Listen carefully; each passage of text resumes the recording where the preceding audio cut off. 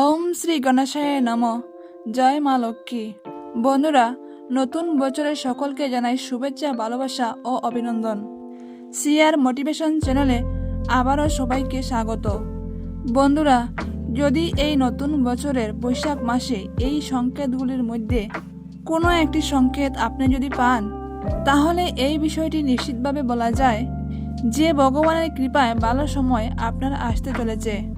বন্ধুরা, আমাদের সনাতন ধর্মে সময়কে খুবই শক্তিশালী বলে মনে করা হয়। সময়ের চাকায় মানুষকে খুশি, দুঃখ, কষ্ট, লাভ, লোকসান এবং জন্ম মৃত্যুর সঙ্গে পরিচয় করায়। বন্ধুরা, আপনারা হয়তো এই বিষয়টি দেখেছেন যে সময় মানুষকে অনেক কিছু শেখায়। সময়ের চাকায় রাজাকে যেমন ফকির বানিয়ে দেয়, তেমনি ফকিরকেও রাজা বানাতে পারে। আর এটা মানা হয় যে সময়ের জন্যই যে কোনো মানুষের জীবনে কখনো সুখ এবং কখনো দুঃখ দেখা দেয়। কিন্তু আপনি কি কখনো এটি ভেবে দেখেছেন যে আপনার জীবনের শুভ সময় আসতে চলেছে? এটি আগে থেকে কিভাবে জানা যাবে? বন্ধুরা, স্বয়ং শ্রীকৃষ্ণ নারদমুনিকে এই প্রসঙ্গে বলেছেন যে প্রকৃতি আমাদের এই সংকেতগুলি প্রদান করে থাকে। বন্ধুরা, সবার প্রথমে যে সংকেতটির কথা বলবো তা হলো, বাড়িতে যদি অধিক মাত্রায় কালো পিঁপড়ের আগমন ঘটে, তাহলে এই বিষয়টিকে অত্যন্ত শুভ হিসাবে গণ্য করা হয়। বলা হয় যে কালো পিঁপড়ের আগমন বাড়িতে মা লক্ষ্মীর আগমন। এতে মা লক্ষ্মীর আগমনকে চিহ্নিত করে। তাই যদি বাড়িতে সারিবদ্ধভাবে কালো পিঁপড়ের আগমনকে দেখতে পান, তাহলে অবশ্যই আটার সঙ্গে চিনি মিশিয়ে তাদের উদ্দেশ্যে খেতে দিন। আপনার ঠাকুরঘর, তুলসী মঞ্চ বা রান্নাঘরে যদি এই কালো পিঁপড়ের আগমন ঘটে, তা আপনার ও আপনার পরিবারের শান্তি ও সমৃদ্ধি বৃদ্ধির ইঙ্গিত করে। দ্বিতীয় যে সংকেতটির কথা বলবো তা হলো, বন্ধুরা, যদি পূজার সময় আপনার চোখ দিয়ে জল আসে অথবা আপনার শরীরে একটা কম্পন অনুভব করেন, তাহলেও এই বিষয়টি ভগবানের সংকেত হিসাবে গণ্য করা হয়। বন্ধুরা, এর মাধ্যমে ভগবান আমাদের কাছে ব্যক্ত করেন যে তিনি আমাদের সঙ্গে সর্বদাই রয়েছেন। যদি পুজো করার সময় ঠাকুরের নিবেদিত ফুল আপনার সামনে পতিত হয় অথবা পূজা করার সময় যে প্রদীপ আপনি প্রজ্বলন করেছেন সেই প্রদীপের শিখাটি উপর দিকে উঠতে দেখা যায় এবং দীর্ঘক্ষণ পর্যন্ত প্রজ্বলিত হয়, তাহলে এই বিষয়টি সংকেত প্রদান করে যে ঈশ্বর আপনার পূজায় সন্তুষ্ট হয়েছেন এবং খুব শীঘ্রই আপনার কাছে কোনো ভালো খবর আসতে চলেছে। কিন্তু বন্ধুরা, যদি প্রদীপ জ্বালানোর সময় বারবার তা নিভে যায়, তাহলে এই বিষয়টি অশুভ হিসাবে গণ্য করা হয়। তৃতীয়ত বন্ধুরা, বাড়িতে যদি টিকটিকির আগমন হয়ে থাকে এবং একই সঙ্গে যদি হঠাৎ করে একটি জায়গায় 3টি টিকটিকি দেখতে পান, তাহলে এই বিষয়টিকে বাড়িতে মা লক্ষ্মী আসার সংকেত হিসাবে গণ্য করা হয়। বন্ধুরা, এমনটা বিশ্বাস করা হয় যে এই সময় সামান্য আতপ চাল টিকটিকির উপর যদি ছড়িয়ে দিতে পারেন এবং সেই সময় যদি নিজের মনের প্রার্থনা আপনার ইষ্ট দেবতার উদ্দেশ্যে করতে পারেন, তাহলে সেই প্রার্থনা দ্রুত পূরণ হয়। বন্ধুরা, চতুর্থ সংকেতটি হলো, যদি এই সময়কালে ব্রহ্ম মুহূর্তে কারো আপনি ঘুম ভেঙে যায় আর সেই মানুষটি তখনই নিজের অজান্তে ভগবানকে স্মরণ করতে থাকেন, কিংবা মানুষটির ওই সময় মনে হতে থাকে তাকে অন্য কেউ কোনো ভালো দিশা দেখাচ্ছে, তখন এই ধরনের মানুষের এটি বুঝে নেওয়া উচিত তার ভাগ্যের দুয়ার খুলতে চলেছে আর খুব শীঘ্রই তার সফলতার নতুন নতুন রাস্তা মিলতে চলেছে।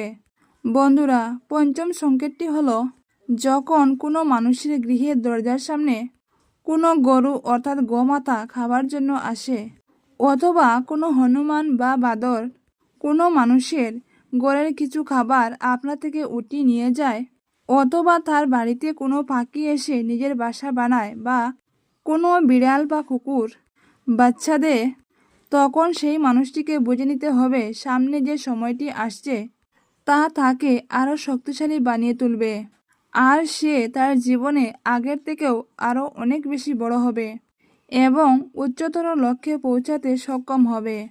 বন্ধুরা, এর পরের সংকেতটি হলো, যখন কোনো মানুষের বাড়িতে ছোট বাচ্চারা বারবার নিজে থেকেই খেলাধুলা করতে আসে, অথবা কোনো ছোট বাচ্চা কোনো ব্যক্তিকে দেখে যদি বারবার হাসে, তাহলে এটি ভগবানের সংকেত বলে মনে করা হয়। কেননা ভগবান শ্রীকৃষ্ণ ছোট বাচ্চাদের মধ্যেই থাকেন। এই কারণেই এরকমটা যদি হয়ে থাকে, তাহলে তখন সেই মানুষকে বুঝে নিতে হবে তার আসতে চলা ভবিষ্যতের সময়গুলি খুবই হাসি খুশিময় হয়ে উঠবে। বন্ধুরা, আপনারা অনেক সময় গুরুজনদেরকে বা বয়স্ক মানুষদের এটাই নিশ্চয়ই বলতে শুনেছেন যে ছোট বাচ্চারা ভগবানের রূপ হয়ে থাকেন এবং তারা সর্বদা আপনার জন্য শুভ হয়।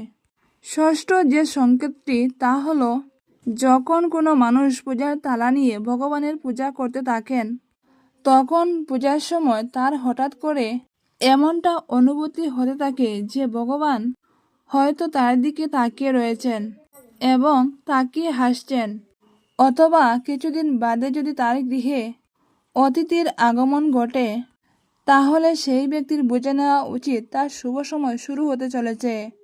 এছাড়াও যখন কোনো মহিলার বাঁ চোখ অথবা কোনো পুরুষের ডান চোখ লাফাতে থাকে, তখনও তাদের বুঝে নেওয়া উচিত যে তাদের ভালো সময় শুরু হতে চলেছে। সপ্তম সংকেত প্রসঙ্গে ভগবান শ্রীকৃষ্ণ বললেন, যখন কোনো মানুষ সকাল সকাল কোনো শুভ কাজ করতে বেরোচ্ছেন, তখন রাস্তায় বের হওয়ার পর তিনি যদি কোনো গোমাতার দেখা পান, অথবা কোনো দেবদেবীর মূর্তির দেখা পান, কিংবা কোনো গরিব দুস্থ বা সাধুর আশীর্বাদ প্রাপ্ত হন, তবে ওই ব্যক্তিকে এটা বুঝে নেওয়া উচিত যে উনি যে কাজটি করার জন্য গৃহ থেকে বেরিয়েছেন, সেই কাজটিতে তিনি সফল হবেনই হবেন। অষ্টম সংকেত প্রসঙ্গে ভগবান শ্রীকৃষ্ণ বললেন, হে মুনিবর নারদ, যখন কোনো মানুষ মন থেকে খুশি থাকে এবং তার মুখে সর্বদা একটা হাসির ঝলক দেখা যায়, এবং এমন মানুষ যে তার রাগ বা ক্রোধের উপর নিয়ন্ত্রণ রাখতে সক্ষম, সেই ধরনের মানুষের তাদের জীবনে খুব শীঘ্রই ভালো সময় আসতে চলেছে। এই ধরনের মানুষরা যখন কোনো জিনিস সম্পর্কে ভাবেন, তখন তার ভাবনা থেকেও বেশি পরিমাণে সেই জিনিসটি সে পেয়ে থাকে।